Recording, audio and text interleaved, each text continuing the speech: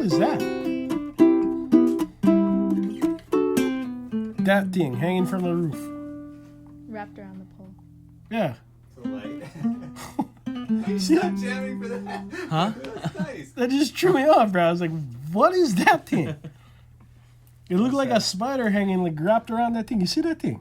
Oh, but it's also got the tripod thing. The Welcome back to the ukulele review. Today we have Uncle Pili and Uncle Aaron with us. Yeah. It's been a long time, Pili, since I've gotten to hang out with you. Yeah. And, I can't remember. You brought Ava. I did. Oh, he did. That's right. In the cooler. Oh, see, now that's... Ami, will you grab some cups? Oh, actually, I bought it in individual bottles. Yeah. Oh. This is how we roll, brother. Yeah. Oh, and by the way, you ain't seen a bottle like this. Yeah.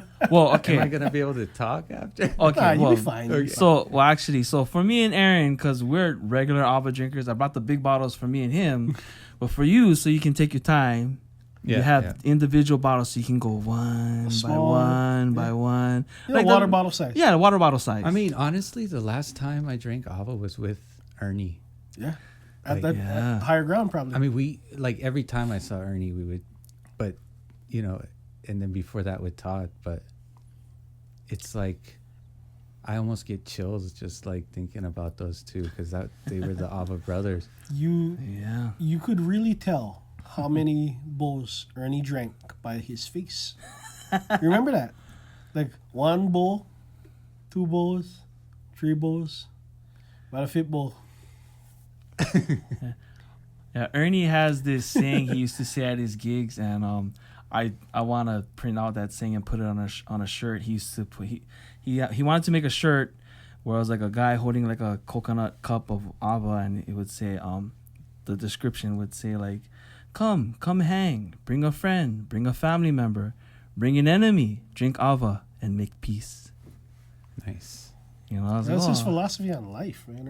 Ernie was a very interesting character, man. Like he was probably, you know, him and Troy were the inspiration for me to play the ukulele in the first place. And it was through the music of the Crowell Crater Boys that I got interested in playing at all, because prior to that, you guys both know I was a guitar player, but the thing that kind of came about from that was my brother, Rustin came home with an ukulele, and he wanted to learn how to play, and he sucked, so it was irritating me. So I had to like figure out how to play it so I could show him how. And then I figured out how to play the ukulele, and then all of a sudden, he started bringing, like, Corey, them started coming around, because I would teach them how to play the solos for the Crowell Crater Boy songs. And that's how I got all of the Makanahale kids. Aaron was the one guy that could play all of Troy's licks, like note for note, timing for timing. We're like, wow. Not even, man. Troy is still... Yeah, he's got his own man. flair and style. Aaron was the guy that could do the Troy, and Corey was the guy that did all of Jake's stuff. That's what I remember in Makanahale.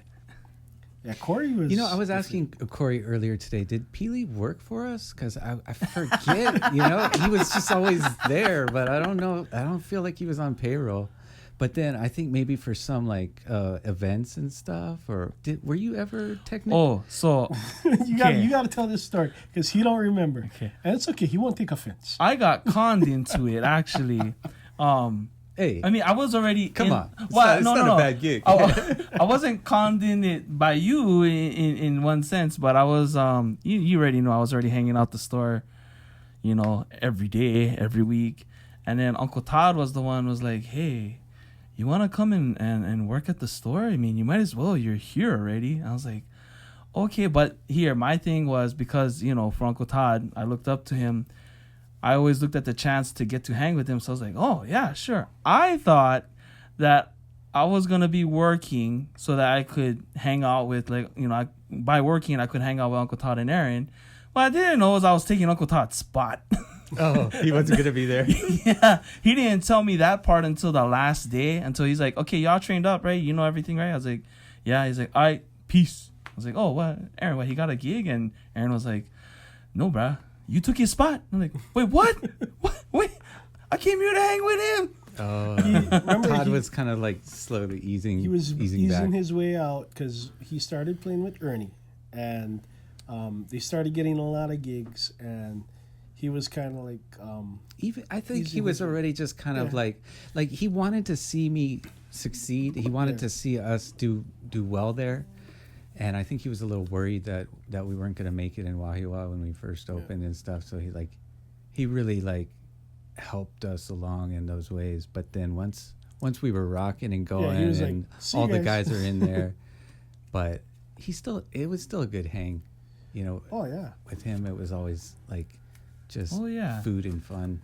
Do you remember our first Wahiawa crew? I mean, it was like Mike Love, you, Sam.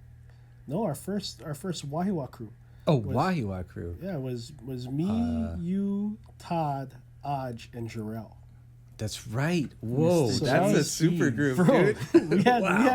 we had a team. Man. Wow, Jay Keys. Yeah. Oh my man. gosh. Holy- We had Jay Keys. some really great keyboards too, and pianos Bro. and stuff, and drums and Like Jarrell was monstrous. I remember when it would be slow, he would go and he would clean. He was the only guy that ever used that vacuum.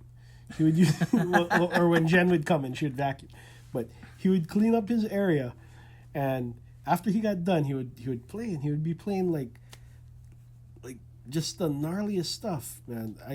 he can play really out there fusion and all kinds of. I remember he did this. What was it?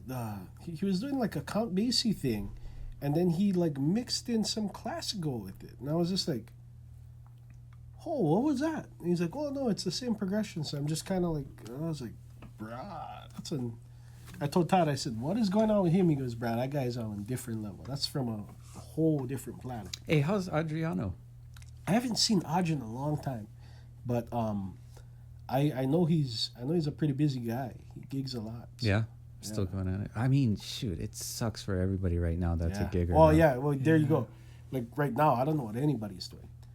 So Besides the live and, Yeah. Oh, like Facebook Live stuff or Yeah. YouTube Live or where something. you can tip through PayPal or Yeah. Cash App. And Are you stuff. guys doing that? I haven't done that. we were practicing together for just for the hell of it. We're doing this mostly to get together and drink ava. Right, But right. Ever since Speaking of, let's pass it. Yeah. Oh yeah, yeah, let's yeah. get some yeah, Ava yeah. going. Hey, let me get that out. there you go. I don't know what for. We all get our hands probably more dirty than the So- bottle. When we had Higher Ground Coffee and Music Cafe, that was one of the draws was The our ava. our Ava nights, and Oh, mahalo. through Ernie, I actually got a connection with a Molokai farm that we were getting it fresh, which is just The root, way yeah. better than Than the Right. powder, yeah. That's what you're drinking tonight, actually. yeah. Root. Oh, Got root. this is the best. It tastes better too. Yeah. Though it's not illegal, can Amelie try? Do you want to try? I mean, if it's okay with your dad, I got a little bottle. Is that okay or no? It's all good with dad. Then it's cool. I mean, yeah, it's fine. I just don't think she's gonna like the taste Oh. of it. Mm. But if she wants to try it, it's not mind altering. It's relaxing. It's relaxing, mouth numbing a little bit. Yeah. Doesn't get you drunk. Everybody's like, oh, it gets you drunk. It makes I'm you like, no, it tired doesn't. though. For me, if I drink this bottle, I'm not tired now after I drink the bottle. But soon as I close my eyes and I lay down, oh man, I sleep like a Yeah. rock. That's And why when- we drink it, so we get a good sleep. And when I wake up in the morning, I'm wide awake. Do you guys go to or would recommend any Ava bars currently on Island? I don't know anybody in particular. Oh, okay. So my good friend Obadiah out in Dillingham, he owns Fiji Kava. Oh, sorry, my bad. Obadiah, my good friend Obadiah, who owns Fiji Kava out on Dillingham. If you're out there and you know where HCC is, just you look right across from it and you'll see a sign that says Fiji Kava. He's located in the building.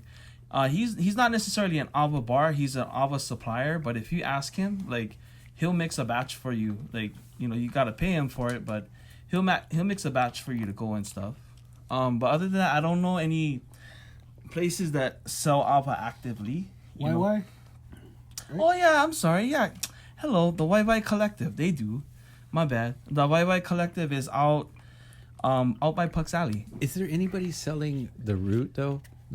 Oh, okay. Now the root that you gotta have That's the hard one. Yeah, you gotta have like a connection. Like Right. The best Ava to get are the guys from Molokai. Yeah. And the only guy I know that's connected to them, my connection is Ernie's friend, Joy Malia. Right. In fact, that's who I got this from. Oh, okay. So yeah, that's kind of like. But do you get a regular supply? No, I don't. It's just kind of like Here whenever. and there. Yeah, like whenever I see Joey, like he'll just slip me a block or two, and be like, "Hey, here you go, bro. Take one for the road." Yeah, and that's the only time I drink Ava is Pili mixes, because he a lot of people don't know this, but there is a certain art to, Yeah. Ernie taught me how Yeah. to mix. Yeah. to mixing Ava. It's an art form, man, and something about like the way certain people mix, you can tell a lot about their personality, and Really? yeah, you can really tell you explain, you better than me at this stuff. So. So certain cultures, like certain different parts of the Pacific Islanders, Polynesian cultures, they mix differently. Tongans, like my cousins from Tonga, they mix a very light batch because they wanna drink Ava all night long. Like, if there's like a big wedding, they will show up at 3:00. If the wedding is in the evening, they'll show up at 3:00. If the wedding starts at 6, start mixing, drinking, and just singing all night long, and they will not leave until 6:00 the next morning.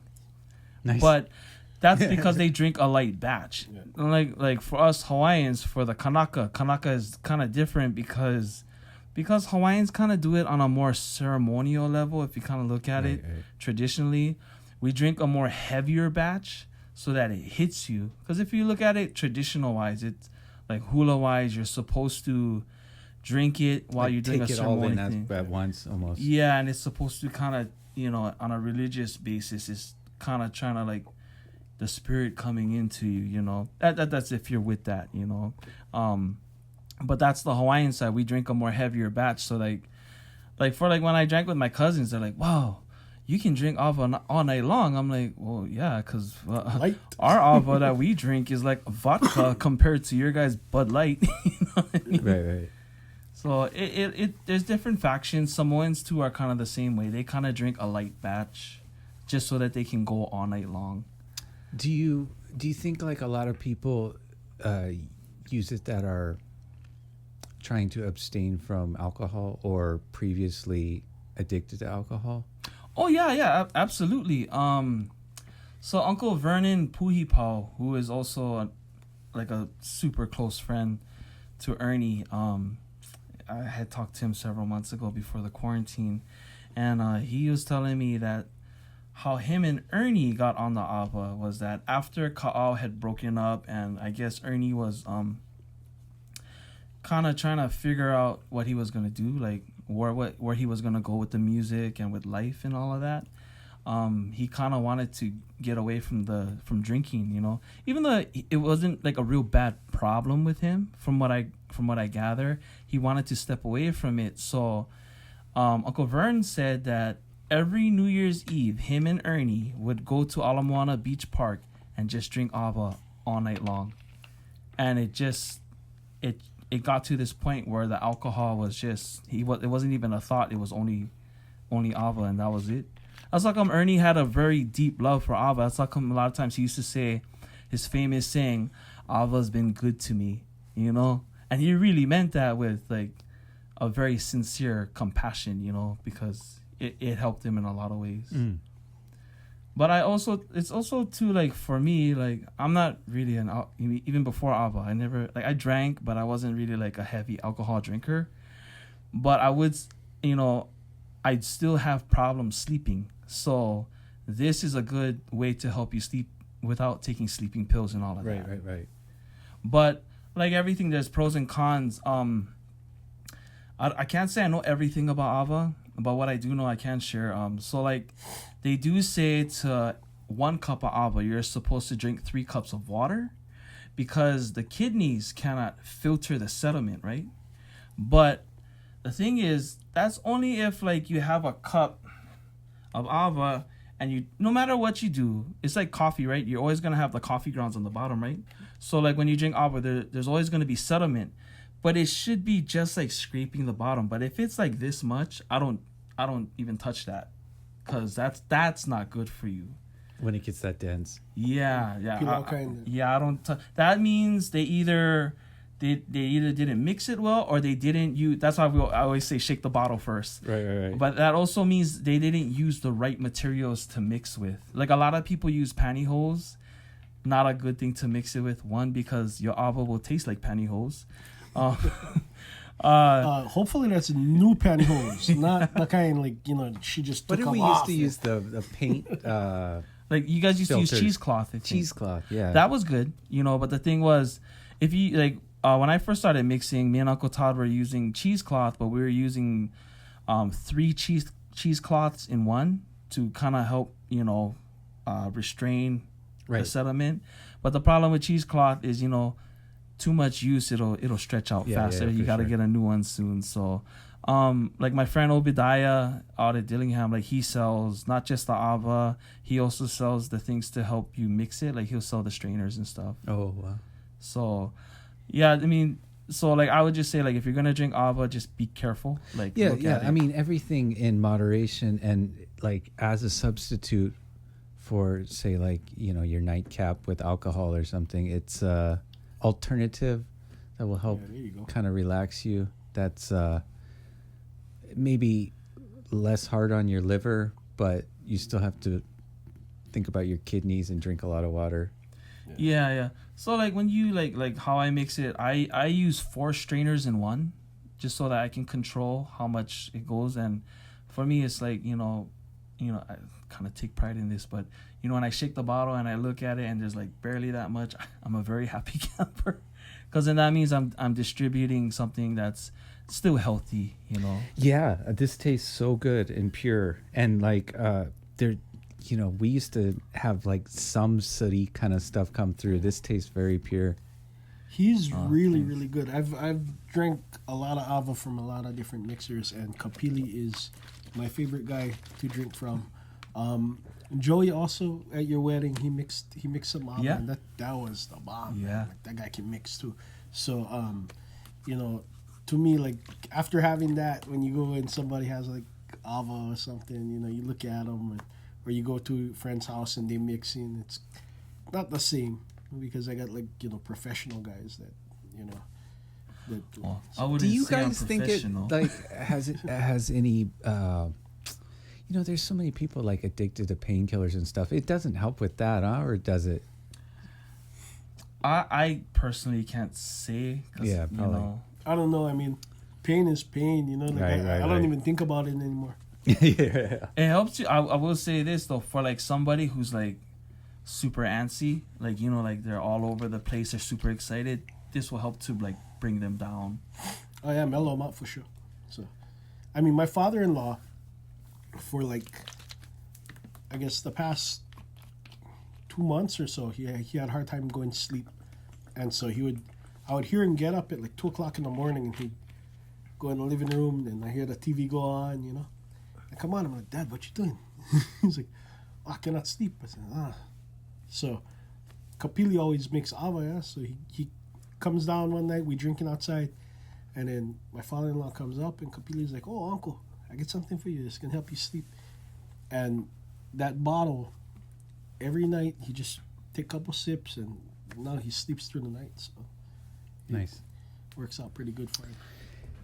Hey, pass Aaron that ukulele, and here, let me grab this. Oh. Oh, thanks, bro. Thank you. So we just got this kolau from Noah. Redwood top, koa side and back, Florentine cutaway. What do you think, Aaron? With anything Noah makes, I'm just impressed. But I am like super jealous now because I see he's got the blue. Yeah, the blue purfling. Yeah, the blue really purfling. pops, huh? And then it really makes the abalone pop too, yeah. So that really goes out. And then I like how he's got it going around the fretboard on this one. I think this is one of the best sounding ukes. Don't even tell me that, bro. Like, It's definitely a beautiful looking one. And I want sounding. another koala now. You know, like, Listen to that thing, man. It's beautiful.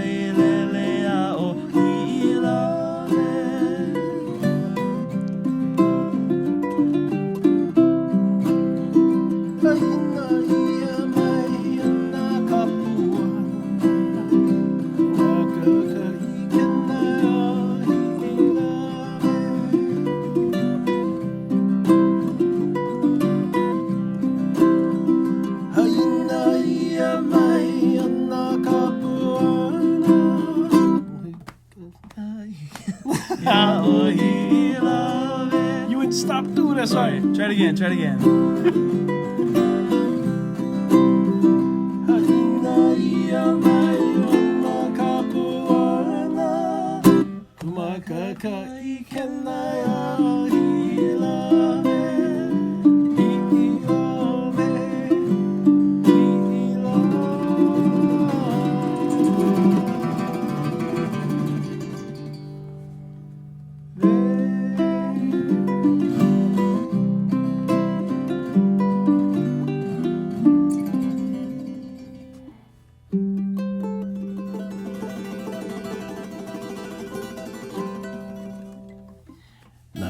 Ava yet.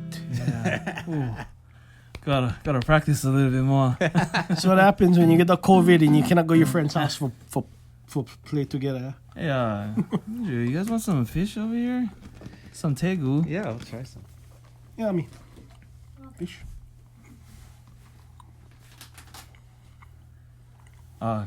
Brought to you by my father-in-law. Oh, oh no. He got it from one of his friends. I don't know. Oh, the friend get him good, man. That is so good. Yeah. My It was wife. good with the Ava. Everybody at home is like, yeah, well, These guys are eating dried fish and drinking Ava and we don't want nothing. I know. Like, Like, yeah, yeah, that's really all what we the want to way. hear. Oh, I would like to know that Uncle Todd used to get creative. And, The coconut milk. Yeah, he used to mix it with coconut water. Sometimes put ginger in there, cayenne pepper, and one time we went the distance and put garlic. I remember I mean, it had a funky smell, but it had a nice kick to it. Garlic olive. Yeah. Oh, Todd used to make any kind, but he would make some. Like I had one toothache one time. Remember that? He made the ava paste. Yeah, he made the paste and toothache gone. Really? Yeah. Wow.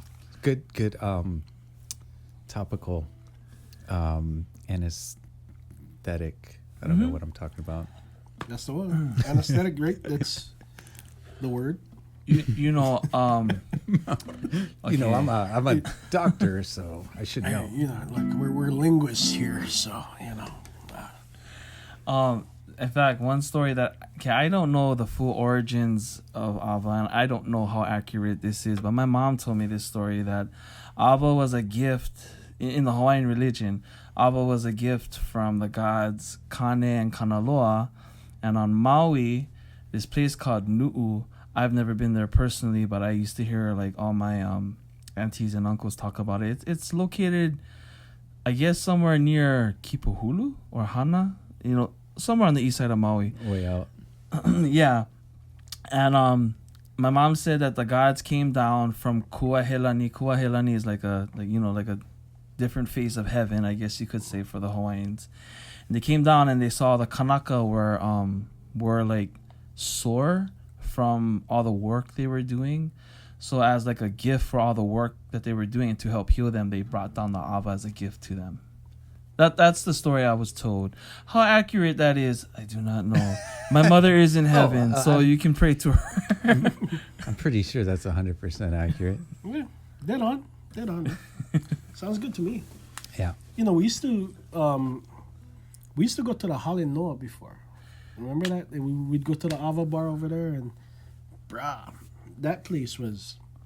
You would see on any given night, you could see the Gurlas. You could see any one of them. Imua, Yeah, Imua. You could Ernie. see Ernie, and it was, man, what a great hang, you know. And the Ava poured freely and plentifully.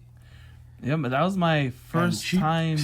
So that My was- first time drinking it recreationally, because I drank it before. Really? Not at higher ground? No, This was yeah, pre- no, pre- yeah, Higher this was, Ground days. yeah, Okay, this was okay. like maybe like 2005, Yeah, we were- 2004 around there. Yeah, I went with you and Kaika. yeah. Went to the Hale Noa. That's the first night I met Tifa, and that's the first time I met Ernie. Actually, he walked in. I was like, "Oh my gosh, it's Ernie Cruz." He comes up, he says hi to all of us, and then Kapili's like, "That's Ernie Cruz." Like, I know. He goes, "Oh, how you guys know him?" That's Tifa's brother. He was like, "Oh." yeah, that was that was feels like yesterday, but oh man, that was a while ago. Yeah, man. That was Several pounds ago. That was for me. That's about like 50, 60 pounds ago. Andrew, you More. still look the same. No. You look like you haven't gained a pound. How do you do it? Great. Oh, I do. I don't know. Like I've definitely over the last few months with quarantine, I've been eating bad. I feel it, you know. That's why think after a that's while all I of start us. to like feel kind of like junk, and then I I'm like, gained ugh. 30 pounds during this stay-at-home thing, and the problem is it's not that I'm home, because I'm home most of the time anyway. I teach online most of the time. You know, like So I'm home most of the day anyway. But what it is my wife is still working. My daughter is working, so she's gone. And my father-in-law is working. So I'm at home by myself, full fridge. This is funny. Like, oh, if you leave Aaron at home by himself, Just better right, lock the man. fridge. It's like the gremlins, you know what I mean? Like at night, you feed them at night, they turn into that thing.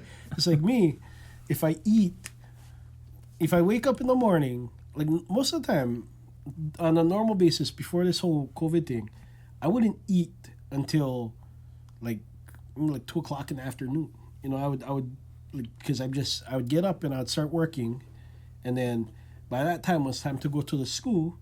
I'm at the school, I'm teaching over there, and then when I get home I would eat something, you know? But and then I wait, and then dinner time comes, I eat dinner and I go sleep. So that was like my whole thing. Kind of an intermittent fasting. Yeah, sort it was of. like a natural intermittent fasting going on. I wasn't meaning to do it. It just kind of flowed that way. But now I wake up, go downstairs, teach a couple lessons, I give them a break, go upstairs, I look around, look in the ice box, nothing, all the leftover rice, you know? Yeah, it's just, I mean, when you don't have to fried go rice, anywhere yeah. and stuff, it's just like, what, you know, you might Yeah, as well have a good meal. I don't know. For me, like, I can go most of the day without eating, but it's just like, if there's like, Jen will make like cookies and I'll just Bro, take out the I whole was thing at telling you. night, you know? So Alexis and Michelle, both of them, they went, so we've been ordering from Sam's Club, right? The stuff, they just have them bring it. So we get flour, right? And the bag of flour is like they thought was like one small bag, but this thing is massive. Look like one bag of rice. And the thing came to the house, and I was like, the hell are we gonna do with all of that? So they started baking. Now they're leaving me home, and there's like uka pile a million cookies on the desk. I know. Muffins. What are we supposed to do? Just, I mean, only so many times you can walk past that, right. you know? So I'm like looking at them. I'm like, nah, I'm not gonna eat them. I'm not gonna eat them. And then I'm like, well, and then this is where it gets stupid. I start justifying it. It's a muffin. It's not the cookie. I'll just eat a muffin. So I go over there. I eat one muffin. I'm like, oh, that was pretty good. I have another. Oh, dude. And then I eat 2 muffins. The next thing you know, it's like, you know what? I already ate 2 muffins. I might as well pound these cookies. And then it's on. And then you get momona. Oh. That's all love, brother. All love, man. All fluffy love. I told Kapili. You guys look healthy. Oh, yeah. If you consider obesity to be like the new standard. There's like, literally, we there. You know, Fluffy, this guy, fluffy. they used to tease him in Makanahali because he was so skinny Yeah. that he would look like they used to tease because he's Hawaiian, but his face used to look like Bruce Lee. And so they would call him Bruce Lee because he was so skinny, but you look now, he looked like me. And the longer we go, he's already bald. Now you see that. Next thing you know, he can gain another 30 pounds and he can look like me for sure. Actually, my brother-in-law love my brother-in-law, and I know he meant this with love, but he's like, you know, Kapili, you look like the Polynesian Elmer Fudd. And I was like, Oh, wow. I was like, I love you too. I don't know how to take that.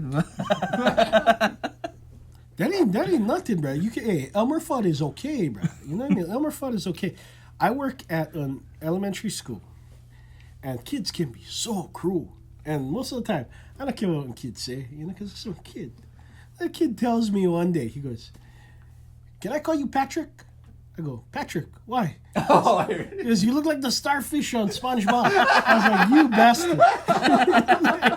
Oh, that's worse. Oh, no. Is it really wrong to beat your kids? I don't know. I want to beat that kid. Oh, no. But he's in He's a good fun. future But comedian right there. yeah, for real. That damn kid. Good one. But he's sharp though, you know. He's a sharp boy, and he actually played he was in my ukulele club, so you know. Oh, you gotta give him a pass there. right, you know, I mean, that you kid just loves gotta ukulele. laugh at it. You can't say nothing. But here I am. you know, Touche. I'm over here. Touche. I'm over here saying stuff about starfish, but I'm over here eating dry fish. So, I mean, how far off was he really? You know. Okay, check it out, Aaron. we just got in a new uke from Chuck Moore, the Oh, Orchid Gatherer, and Ami will now pass that off for you to sample. well, that sounds good. It's in a beautiful brown case. Wow. They got those cases over here. If you want a case like this, go to Hawaii Music Supply, also known as the ukulele site. Oh. We still going old school, right? Wow. But damn you, Man. Chuck. So I just had a I just talked to Chuck online, and was about the one that Led just had made. So Oh, did he make Let a baritone? I think so. Yeah. So I was already So drooling nice. over that, but Man, his baritone, we got his first baritone a few months ago. bro, that was the best baritone I've ever Yeah, played. in me my life. too. And I can't even You need a tuner? I got one right here. Like this is like no offense to Corey, but this is the anti-Corey over here. Look at Ami, she's over here brushing this stuff off. is the I have a best tuner right daughter on here. in the world. Corey, you You gotta are you gotta lucky, step up your Andrew. game, boy. Oh, he's never tried to be my video assistant. What was the other one? It was Alan, yeah? Alan used to be your assistant. Oh, Ami's way better than us. That ukulele No is a offense, thing of Alan, if beauty. you're watching. I know. He didn't mean it that way. I know he but- went to school for videography, but nah. And look at that, she's answering the door too. You see that? Oh my goodness. Cannot beat that. You are a lucky Well, you know what, father, 'cause- Andrew. 13 years old. When she's 16, she's not going to listen to a damn Yeah, I thing know. you say. I guarantee that. I'm just trying to take it for what I can get. You know, it's like Milk it for as long as you enjoy it while can. you can, bro. trying to be as nice as possible. To Oh, bro, look at this ebony. Look at that. That is the. You know what? If I ever do, like win the lottery or sell a kidney or something, and get a Chuck, I want this. You know, I want this kind of ebony, that bear claw top. Man, it is gorgeous. Look at that thing. Yeah, my gosh. Ooh, I can't take my eyes off it. Ooh, Chuck, you unreal, bro. you know, I have one almost like this. Yeah, I know. I seen yours. Yours is amazing. Oh, hey. Got some new. Yeah, that's a guy. How's it? Winkler. Yeah. See this beautiful ukulele over here?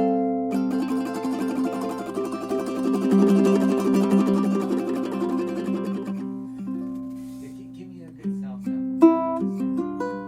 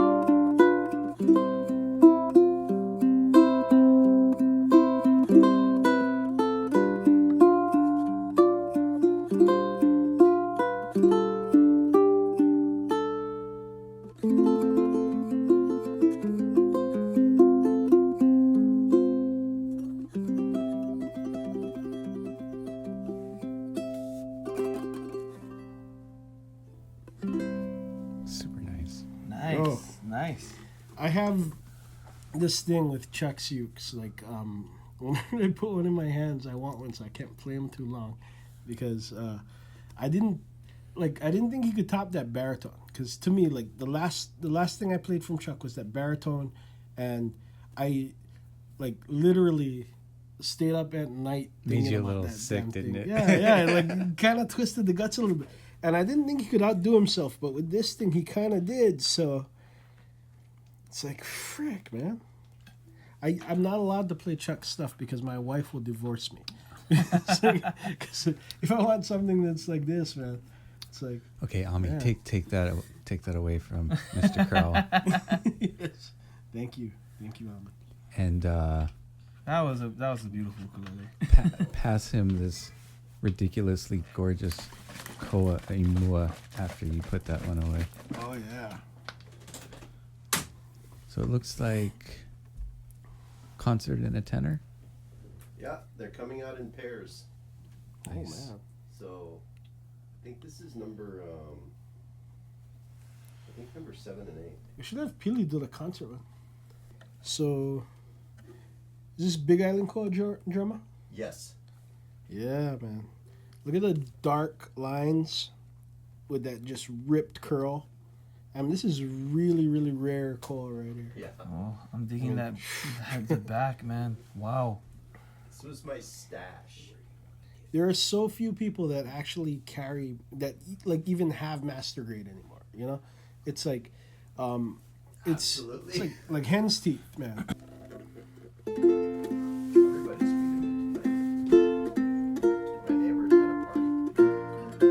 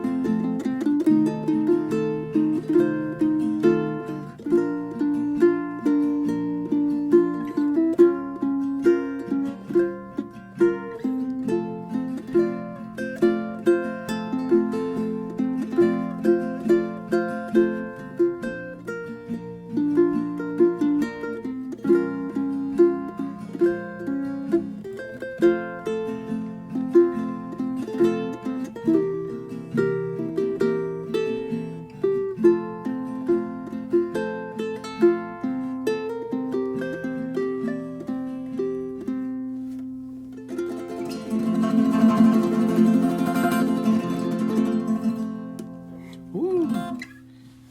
She go. Definitely sounds Hawaiian, bro. She go, bruh. Mean. So, I don't know how. I'm sure Andrew will post this up real soon. Don't fight with each other trying to get it. It's like beautiful, beautiful instrument, beautiful sound. If you have to ask the price, you can't afford it. Exactly. And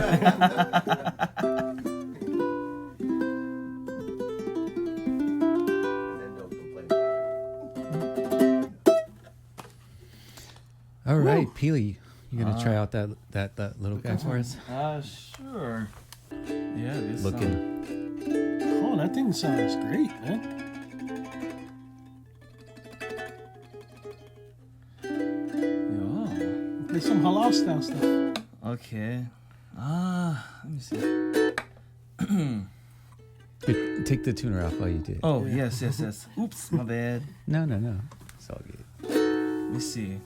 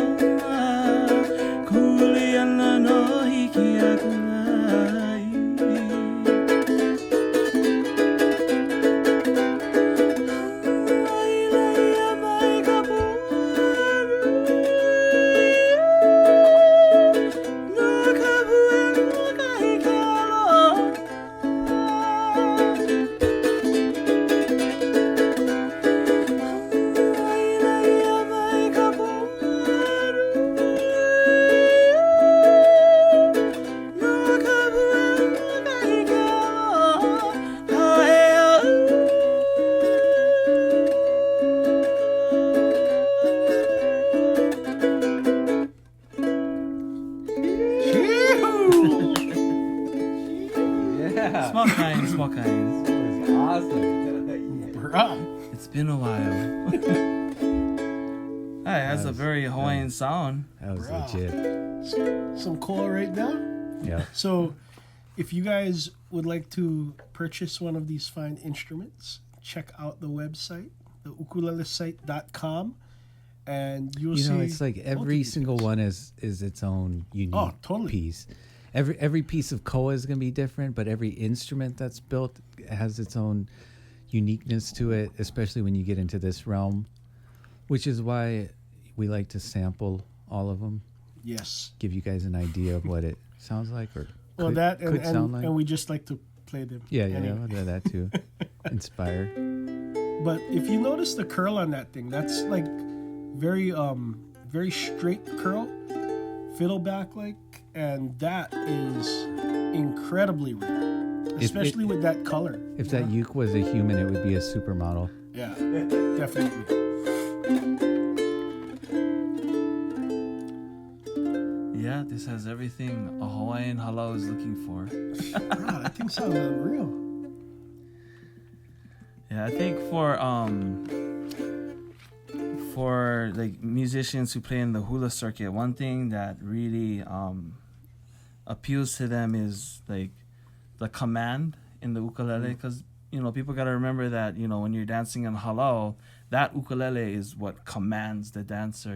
Besides kahiko, which is all ipu, when you're in contemporary like awana stuff, it's the ukulele that gives that dancer that, oh, it's time to go.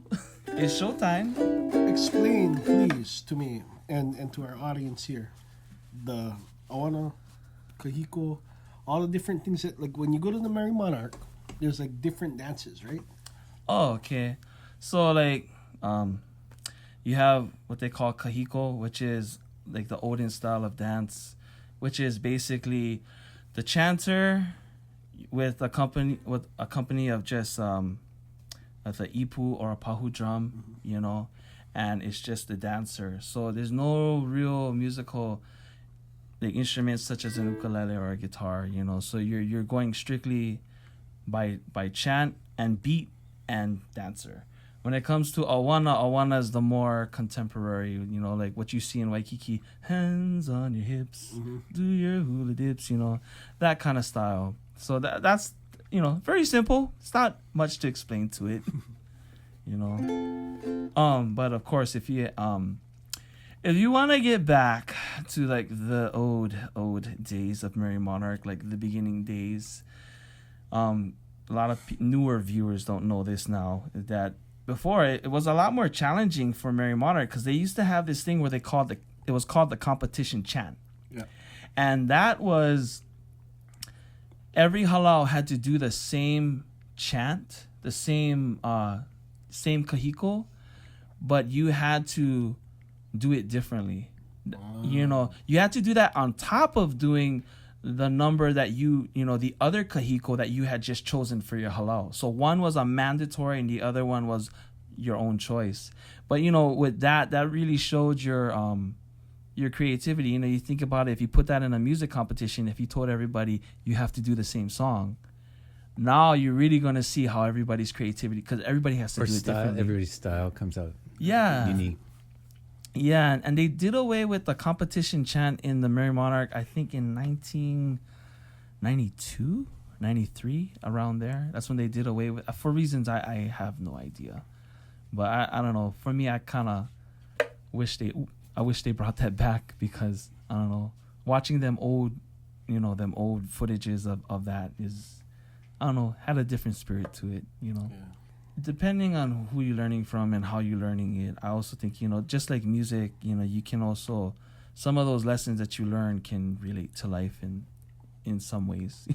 The one thing I did notice about when he started taking hula is he could hold his notes longer.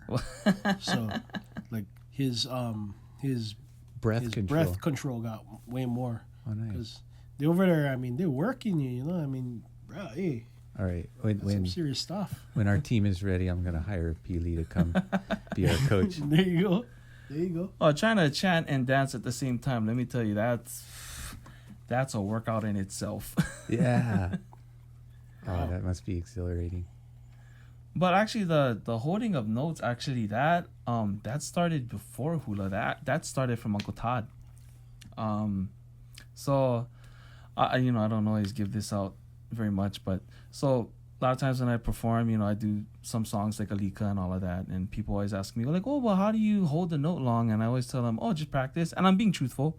I don't tell them the real gist of it, but the real gist of it is that Uncle Todd and Ernie one time, I used to run, and I still do running. I don't look like it, but I still do.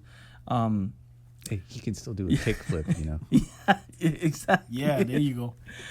But I used to run around Kehi Lagoon, just to kind of keep in shape. And it was Uncle Todd who thought of this. One day he called me. He's like, oh, where are you at? And I was like, oh, I'm just about to finish work. I'm going to go do my run. He's like, oh, at Kehi Lagoon? I was like, yeah. He's like, okay, I have Ernie with me. We'll meet you there. I was like, you guys are going to go running with me? And, Todd and Ernie. and he That's was like like, me going running. Not gonna happen. Nah, you still run, no? Only when I have to. No way. Away.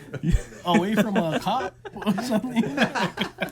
but whatchamacallit, so they met up with me, and they're in Uncle Todd's orange truck, and I was like, okay. On an orange truck. Yeah. So I was like, okay, what are we gonna do? And he's all like, you're gonna run and we're gonna follow you. And I was like, what? He's like, yeah, we're gonna follow you, but your second mile, you have to start holding a note, and you gotta be in pitch, and we're gonna hear it. So that's what they did. They drove around and followed me. And that second mile, Uncle Todd was like, showtime. And they're just drinking all but following me. And Uncle Todd's like, hey, brah, you slipping, brah. Flat, brah. Come on, bring it back up. Prick said he driving around drinking Ava, following him, and he got to sing a note. So he's running around Kehi Lagoon looking like a jackass. Yeah, come on. But Todd is sitting there. Todd and Ernie. With his car slowly driving, orange truck slowly. Hey, creeping that note is going flat, Pili. You gotta lift him up. Exactly. And like people used to look at me like, what in the world? What is this man doing? So wait, Somebody call Ed, the cops. tell me, like after that, you would actually start trying to hold notes as you were running. Because then I would actually, of course, That'll at keep the- people away too. They'll be like, "Whoa, that guy!" Yeah. Oh yeah. So during COVID, if you guys going running, sing real loud. Just sing a note. Everybody gonna move out of the way because they think you're nuts. Yeah, in fact, they run faster. We'll get away the from that opposite guy as fast as can. But yeah, no, I actually I started to notice the difference when I started to do that. So, Sorry, I kept it in there. Oh, technical difficulties. And, I gotta tell you, like, because I've been to Japan to play music, and I just gotta tell you, there's like no other experience like it. I love my people home here, and I appreciate the love that we get from everybody here. But when you go there, and it's a whole nother love that you get from the Japanese people. I mean, they're fully immersed. Like they want everything with to the do- Hawaiian culture. Yeah, they want everything. I mean, like when I went there for my first time, I'm like, I'm not even famous, and you want my autograph. You know what I mean? well, you do have another big thing though. Like going into there, for one, you speak Hawaiian. For two, like a lot of the Japanese audience and stuff, they like to engage, and they get so into it. I mean, I've seen some Japanese slack key players that's like unbelievable. For example, like Joji is a monster Hawaiian guitar player, and he like. What Joji slap bass master? Oh yeah, did you see that? Yeah, He's like a funk meister. That guy. Joji is bad, man. Joji can play. Well, Joji can play anything, but like he got so into Hawaiian music, and that's why he's building ukuleles, because he likes Hawaiian music. Yeah, Joji's an And artist. He's just fantastic. Yeah, just a genius. And people like that, there's guys like that all over Japan that they would love to get to know somebody like you that can help them speak Hawaiian. You know, as well as like help with the meanings and stuff to the songs, bro. Unreal. Oh yeah, yeah. If I got to sit down with a couple people out there and really talk to them about Hawaiian culture, and they're just for what I would perceive as a small piece of knowledge, they perceive it as something so huge that it they're just so thankful, and then it makes you think, it's like, wow, I perceive this as so small in my life, but in this guy's life, it's it makes you rethink and revamp the way you think about things after a while, and it's motivating to see that much appreciation for what you do. It does motivate you to want to be better and give more, because of the love that you're getting, and you want to give that love back. That's a beautiful thing.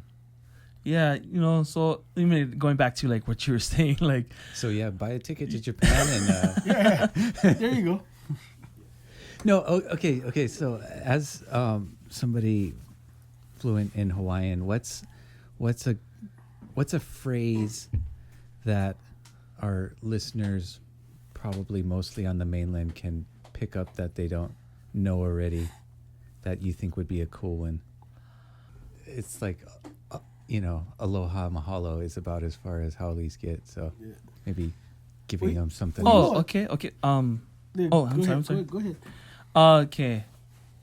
When it comes to Hawaiian language, I encourage everybody, like, if you want to learn, please do,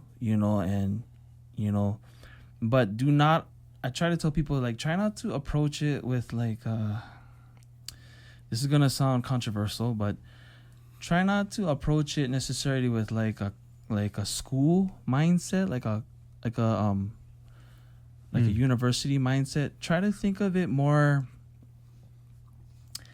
in life and in like a more in-depth thing. And what I mean by school, like, you take Spanish in school, right? You learn what this word means, and then you just leave it at that, right? You learn whatever it is. Try to learn the depth of it. And what I mean by it, let me take, for example, so like a word like kokua, for Hawaiians, kokua means help, right? But why out of all the words in the Hawaiian dictionary, why does that word mean help? Like, why that one in particular? And you think, well, I don't know, it's in the dictionary. Like, okay, well, try to break it down and find the depth. And when you look at it, when you break it down, so kua in Hawaiian is your back, right? Ko is like a possessive, meaning like mine's or yours or his, right? And the one thing that we all have in common with our backs is we don't have eyes, on our backs. Mm-hmm. And for a Hawaiian, the only area in my life or in your life that you would ever need help in, or I would ever need help in, is where I cannot see. So kukua is like meaning like have my back. Yeah. Catch me where I cannot see. I need help because I cannot see. You see how in depth that is? One word, and it's got this And whole deeper meaning behind it that you can go back into. Nice. you like see exactly. depth, bro. Kapili, tell them about pono. So like pono, right? Let's take that word. It means righteous. Okay. Now, if you break it down, po, what happens at night is, po means night, and no is like an intensifier. Like when you say like words like aloha no, like if you say aloha, but if you say like aloha no, it's like a more intense greeting. So po means night, and no is just intensifying what's going on at night. And what goes on at night is the moon. And for a Hawaiian, the moon told a Hawaiian whether to fish or not fish, whether to plant or not plant. It told a Hawaiian what tomorrow was going to bring. And so for a Hawaiian, if you were living according to the moon, you were living accordingly. And if you live accordingly, you were living a righteous life.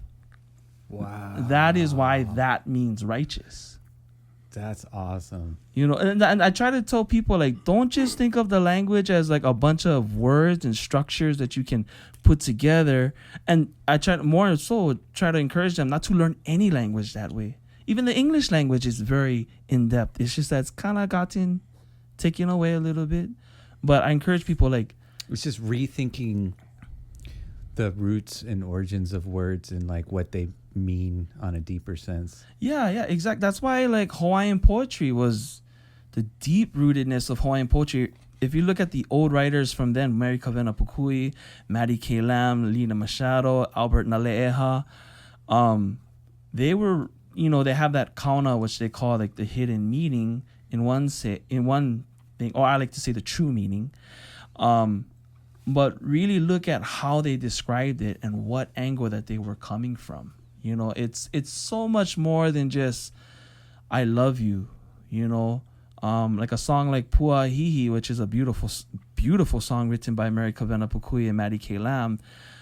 They think like, oh, it's just a beautiful flower, right? And they think like, oh, like you're just taking that person and describing them as a flower. No, what they're doing is they're taking every angle of what that flower should mean to somebody and just amplifying it. For example, so the ahihi blossom grows up at Lanihuli. That's out on the windward side by Nu'uanu. And for a Hawaiian man, if a Hawaiian man went all the way up there, you got to figure that's life and death, right? Picked as many flowers as he needed to make a lei, came down and gave that to that woman that he wants. She's going to look at that flower and be like, wow, he really because he he climbed all the way up there. So I tell people like, don't just think of it as a flower, think of every angle, Interesting. So that's where I come with on the language. Yeah, I love that, man. Oh man, wow. Almost got chills when you were talking about this stuff. Yeah. Can I share a quick story? Yeah, man. Love it. And in fact, you're part of it too, actually. Uh-oh. So, Is it good or bad? Wait. it's a good thing, actually. Well, our wives don't listen to this anyway, so we're good. So you guys remember I used to come to the store every day. Mm-hmm. Even the time I wasn't working, I was there because I enjoyed it. I enjoyed being around you guys, just being around that environment. And Uncle Todd, I really love being around him and just absorbing whatever knowledge I could from him. But we all know that he was a true teacher in the sense that he did what he had to do to get through to you, and it wasn't always nice, but he was, at the end of it, he was always on your side. And you guys remember he used to kind of I don't want to say dog me, but he used to get on my case.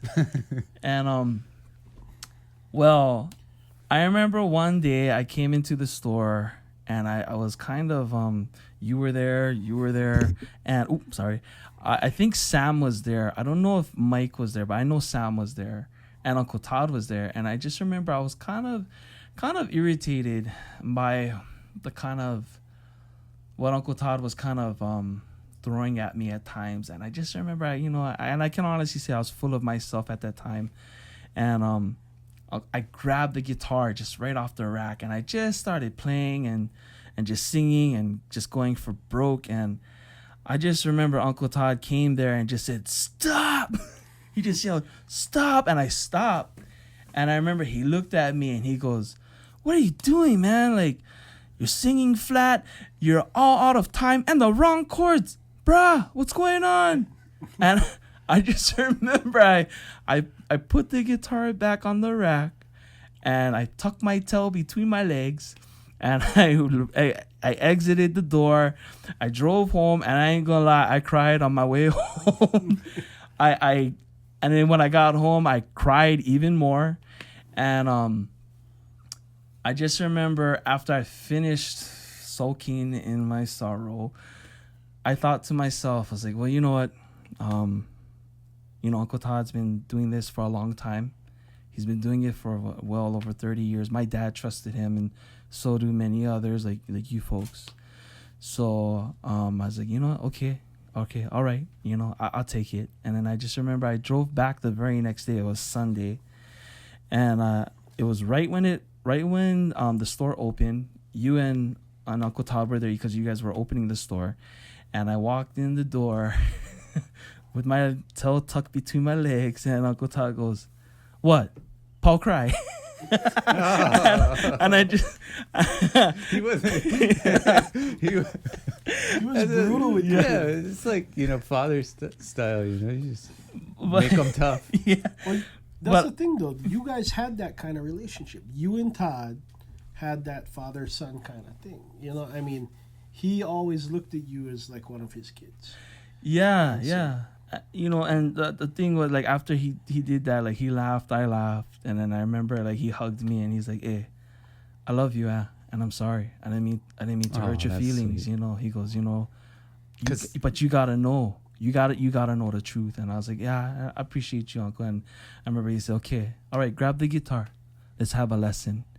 And that for me was my true first lesson with him, Wow. because that's when I surrendered my pride. Yeah, like, My okay, ego. okay, I do suck. Let me try to get better. Yeah, exactly. And you know, I mean, for people that listen to you, you know, play and sing in amazement, like, Peely wasn't always on this level. He's been, you know, he's worked his way up to it, and 10 Still years working. from now he'll be Even better. Yeah. even better, you know, and that's what it is. But I always knew, and we always knew, that you had it because it's that desire. It's the fact that you did cry when you were driving home because you care. You know what I mean? It's like you have to want it and love it and come back, even though it, you know, can be humiliating. Yeah, and you know what I gathered from that from Uncle is that you know, he was always, you know, he was your best friend even if you didn't know it, and he was willing to take that side of, like, he know you're gonna hate him. He told all of us what we didn't want to hear Yeah. that we needed to hear. Oh yeah. But- I used to get it from Todd too, bro. But his love was no, none of us doubted his heart, you know. Oh yeah. Like, he wasn't one of those, like, you know, guys that's just tough love. Like, he's real love too. But Yeah, yeah. I figure since we're since we're kind of in the depth area of things, figure, you know, that'd be a good story to kind of. Yeah, Kinda no, that mention. is. I mean, I think that man, that really touches me because it I remember it too. You know, we should do this regularly with you two. This was really awesome. It you know, I feel like I have a lot to learn from you, Peely, with your Hawaiian studies, and you can come on Hey, here bro, and help teach us. I get an education every time I hang out with him. Like, Yeah? we kind of That's we go back and awesome. forth on a lot of ideas we got and stuff, and we've been playing together shit since you were a kid. So, you know, Well, it's actually, I grew up watching you first. yeah, so I mean, but I mean, I really enjoy spending time with Kapili, and I remember him working at the store, and that was good fun too. He couldn't do a setup worth a damn, but he'd try. Yeah. I was there for, I think I worked there for only about 6 months. Oh my God, I feel so Andrew, bad like, now. I Andrew was like, doesn't even did you remember work this at there? all. Well, no, because he was always there, so it's just like I didn't know whether he was actually a worker. yeah, I well, forget. You know? Yeah, even when I wasn't on shift, I was still there just chilling. Yeah, so- right. He was helping people, and he was like, you know, even Yeah. when he's not working. But this was fun, Yeah. and thank you guys